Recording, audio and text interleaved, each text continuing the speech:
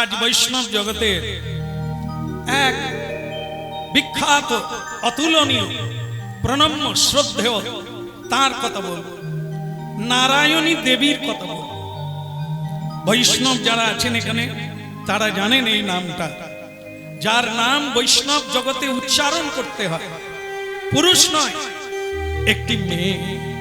হ্যাঁ, নারী পুরুষ কোনো ভেদ নাই, যেই ভজে হ্যাঁ সেই জন কেবল, বাকি সব ছাড়।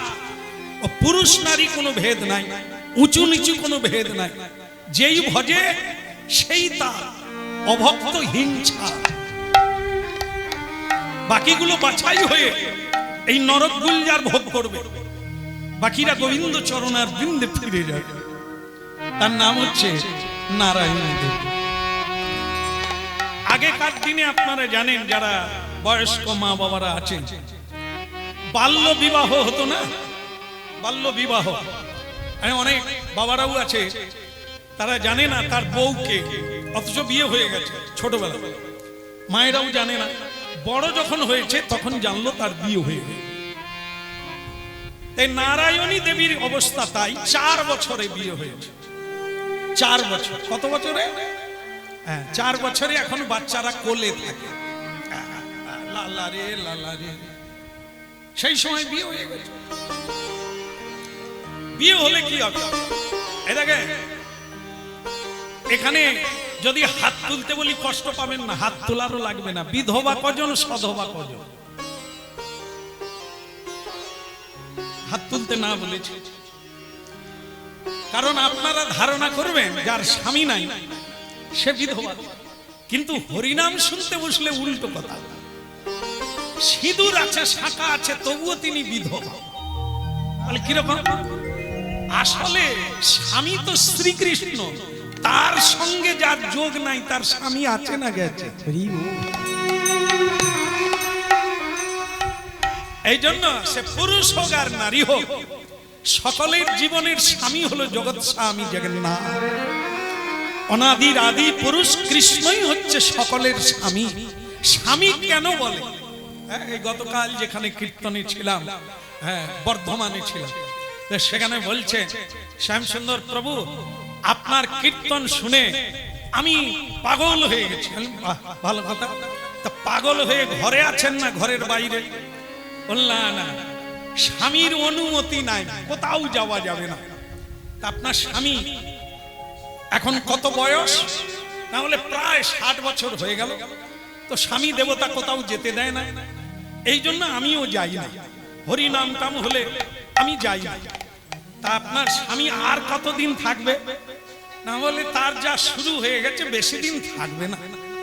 তারপরে আপনি কি হবেন? বলে তারপরে যা হয় তাই হবে, বেদবা। মা গোলে বলে হরিনাম শুনতে যাবে, স্বামী যদি চলে যান আপনি তো তার সঙ্গে যাবেন না? বলেন না। আপনি যদি মরে যান স্বামী কি আপনার সঙ্গে যাবে? না। তাহলে স্বামী বাধা দিল আর আপনি হরিনামে গেলেন না। কে স্বামী? যিনি আপনার স্বামীর স্বামী, আপনার বাবার স্বামী, আপনার মায়ের স্বামী, আপনারও স্বামী, যিনি জগতের স্বামী, তার নাম কি? জগৎ স্বামী। স্বামী তিনি। আমরা কোন পুরুষ এ জগতে স্বামী নয়, আমরা সকলেই তার। আমাদের দেহটা আলাদা, আত্মা একই, আর তার স্বামী তিনি। এই জন্য হরিনাম শোনার লাগে, না হলে পিছিয়ে পড়তে হবে, অজানা থেকে যেতে হবে। কেমন? আগের জন্মে অন্য জায়গায় ছিলেন, এবারে এখানে এসেছেন। আপনি আগে মরে গেলে আবার আপনি অন্য জায়গায় চলে যাবেন, আপনার স্বামী অন্য জায়গায়। এই জন্য কেউ কারো কাজ বাকি রেখো না, কারোর জন্য দোহাই দিও না, যে যার কাজ সে তার করো, হরিনাম করো। কৃষ্ণ কেশব, কৃষ্ণ কেশব, সুধা মাখা এই না হরি, মধু মাখা এই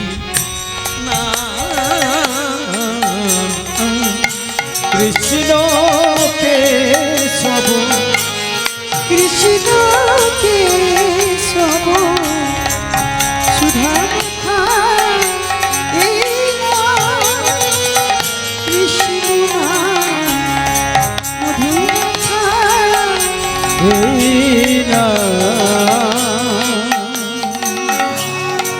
কৃষ্ণ কেশব কৃষ্ণ কেশব সুধা মাখা এই না হরি নাম মধু মাখা এই না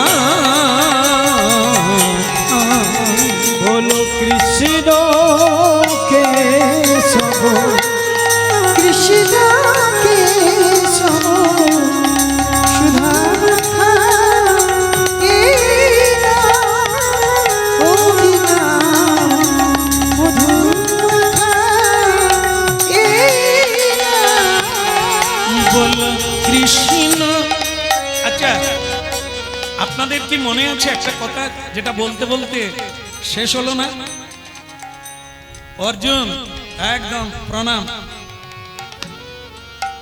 একটা মরা দেহ নিয়ে যাচ্ছে আর বলো, আরে কৃষ্ণ ওটা কি? বলে কেউ মারা গেছে বোধহয়, এই তাকে নিয়ে এই গঙ্গার ঘাটে এসেছে। বলে একটু দাঁড়িয়ে যাও তো দেখি কি করে ওরা। তো এই সব জায়গায় এখন অনেক জায়গায় নিয়ম আছে, পোড়ায় না আর দেহ সৎকার করে না, এমনি একটু মুখাগ্নি করে গঙ্গার তীরে রেখে দিয়ে চলে যায়। তো সেখানে তাই করলো, একটু মুখাগ্নি করে গঙ্গা জল মুখে দিয়ে দেহটাকে রেখে দিয়ে চলে গেল। একটা শৃগাল, হ্যাঁ শৃগাল, শৃগাল জানেন তোমার 5 পা। আচ্ছা আচ্ছা, এখানকার শৃগাল হয়তো 4 পা, দিল্লির শৃগালও কি তাই? আচ্ছা, তা যাই হোক, আপনারা জানেন বলে দিলেন, শৃগাল মাত্রই 4 পা। শৃগাল জঙ্গল থেকে বেরিয়ে এলো, তার আবার কি আনন্দ, সেই দেহটাকে ঘিরে নাচানাচি শুরু করলো। কেন? এই দেহটা সেই দেখেছে এবং খাওয়া চালু করলে কয়েকদিন লাগবে শেষ হতে, আনন্দ করে খাবো, কাউকে দেব না। কিন্তু তার বিষয়টা হলো যে সে কোনখান থেকে শুরু করবে, পা থেকে শুরু করবে না মাথা থেকে শুরু করবে না পেট থেকে, বুক থেকে, কোথা থেকে শুরু করবে, এটা ভাবতে ভাবতে ঠিক করলো সেইখান থেকে শুরু করব, মুখটা থেকে শুরু করব। এবার মুখটা শুকতে গেল, শুকলো মানে গন্ধ নিল, শুকে শৃগালের কি মনে হলো কি জানি, সে কি করলো জানেন তো, মানে প্রসাদ করে দিল। আর যেই প্রসাদ করে দিল, তো অমনি অর্জুন বলছে, কৃষ্ণ এ শৃগাল কি মূর্খ দেখো, আরে তুই দেহটা পেয়েছিস তো খা, হ্যাঁ এত বড় একটা দেহ, মনুষ্য দেহ পেলি, খা। তাতে প্রসাদ করে দিল, কি মূর্খ। আর শৃগাল সঙ্গে সঙ্গে মানুষের ভাষায় কথা বলছে, বলে আমি যদি মূর্খ হই, তুমি মহামূর্খ। অর্জুনের গায়ে লেগে গেল, আমাকে বলে কিনা আমি মহা শৃগাল, তা তুই আমাকে মহামূর্খ বললি কেন?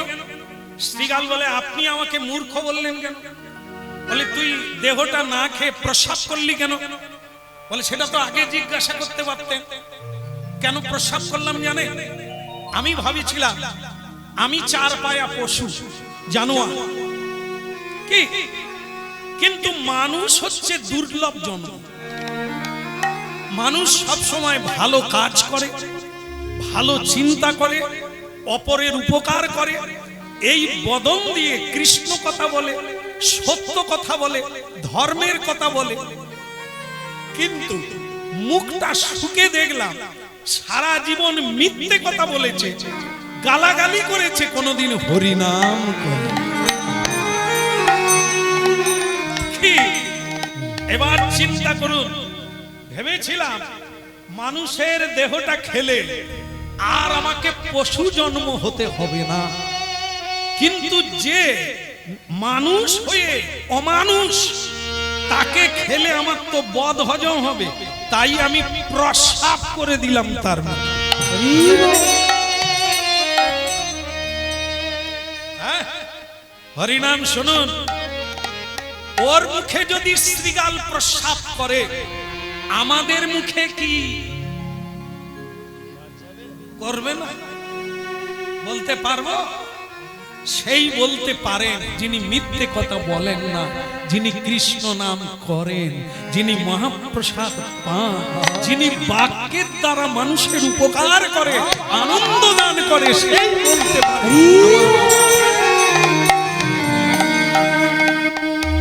হ্যাঁ? অর্জুন বলছে মুখে না হয় কৃষ্ণ নাম করে না, তুমি প্রসাব করলে, क्या हुआ क्या हुआ, ये हाथ में क्या हुआ? হাতটা তো খেতে পারতে। বলে আমি তাও শুকে দেখছিলাম, এ হাতটাও খাওয়া যাবে না। ভগবান জীব জন্তুকে হাত দেয় না, পা দিয়েছে, হ্যাঁ কি না? মানুষকে হাতও দিয়েছে, পাও দিয়েছে। হাতের কাজ আলাদা, পার কাজ আলাদা। হাত দিয়ে মালা গাঁথবে, হাত দিয়ে উপার্জন করবে, হাত দিয়ে সাধুগুরুর সেবা করবে, হাত দিয়ে গোবিন্দ সেবা করবে। তাহলে সে যদি না করে সেটা কি খাওয়া যাবে? খেলাম না, হাতেও প্রসাব করে দিলাম। বলে তাহলে পা, বলে পাটা শুকে দেখলাম। ভগবান পা দিয়েছে কেন? ভালো জায়গায় যাওয়ার জন্য, তীর্থে যাওয়ার জন্য, গুরুগৃহে যাওয়ার জন্য, আর ধর্মসভায় হরি নামে যাওয়ার জন্য, ভালো জায়গায় যাওয়ার জন্য। এই পা দিয়ে লোকের ধন হরণ করতে গেছে, ঝগড়া করতে গেছে, চুরি করতে গেছে, আন জায়গায় গেছে। তো সেই পা খেয়ে আমি এমনিতেই জানোয়ার, আবার কি জানোয়ারের আয়ু বাড়াবো?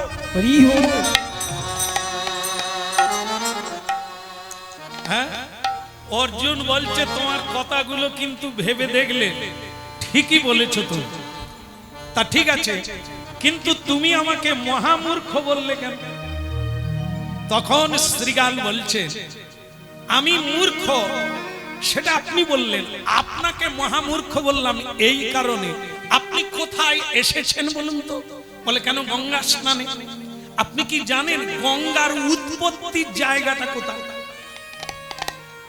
কি জানেন না? জানেন না বলেই গঙ্গার কাছে এসেছেন।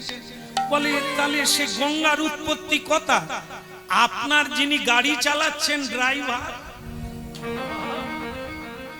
সারথি যিনি কৃষ্ণ, এই জন্যই শুরুতে বলা হয়েছিল অবজানন্তি মাং মূঢ়া। মূঢ় ব্যক্তি, অন্ধ ব্যক্তি, তারা ঈশ্বর চেনে না, মানুষ চেনে না, তাই যাকে তাকে জড়িয়ে ধরে, যাকে তাকে আপন বলে, আর তার ঘা খেয়ে, লাথি খেয়ে চোখের জল। এই তো মহামূর্খের পরিচয়। তা হে অর্জুন, যিনি রথের সারথি, তার চরণ থেকে গঙ্গার উৎপত্তি। গঙ্গা কৃষ্ণ নাম করে, জপ করে, তপ করে।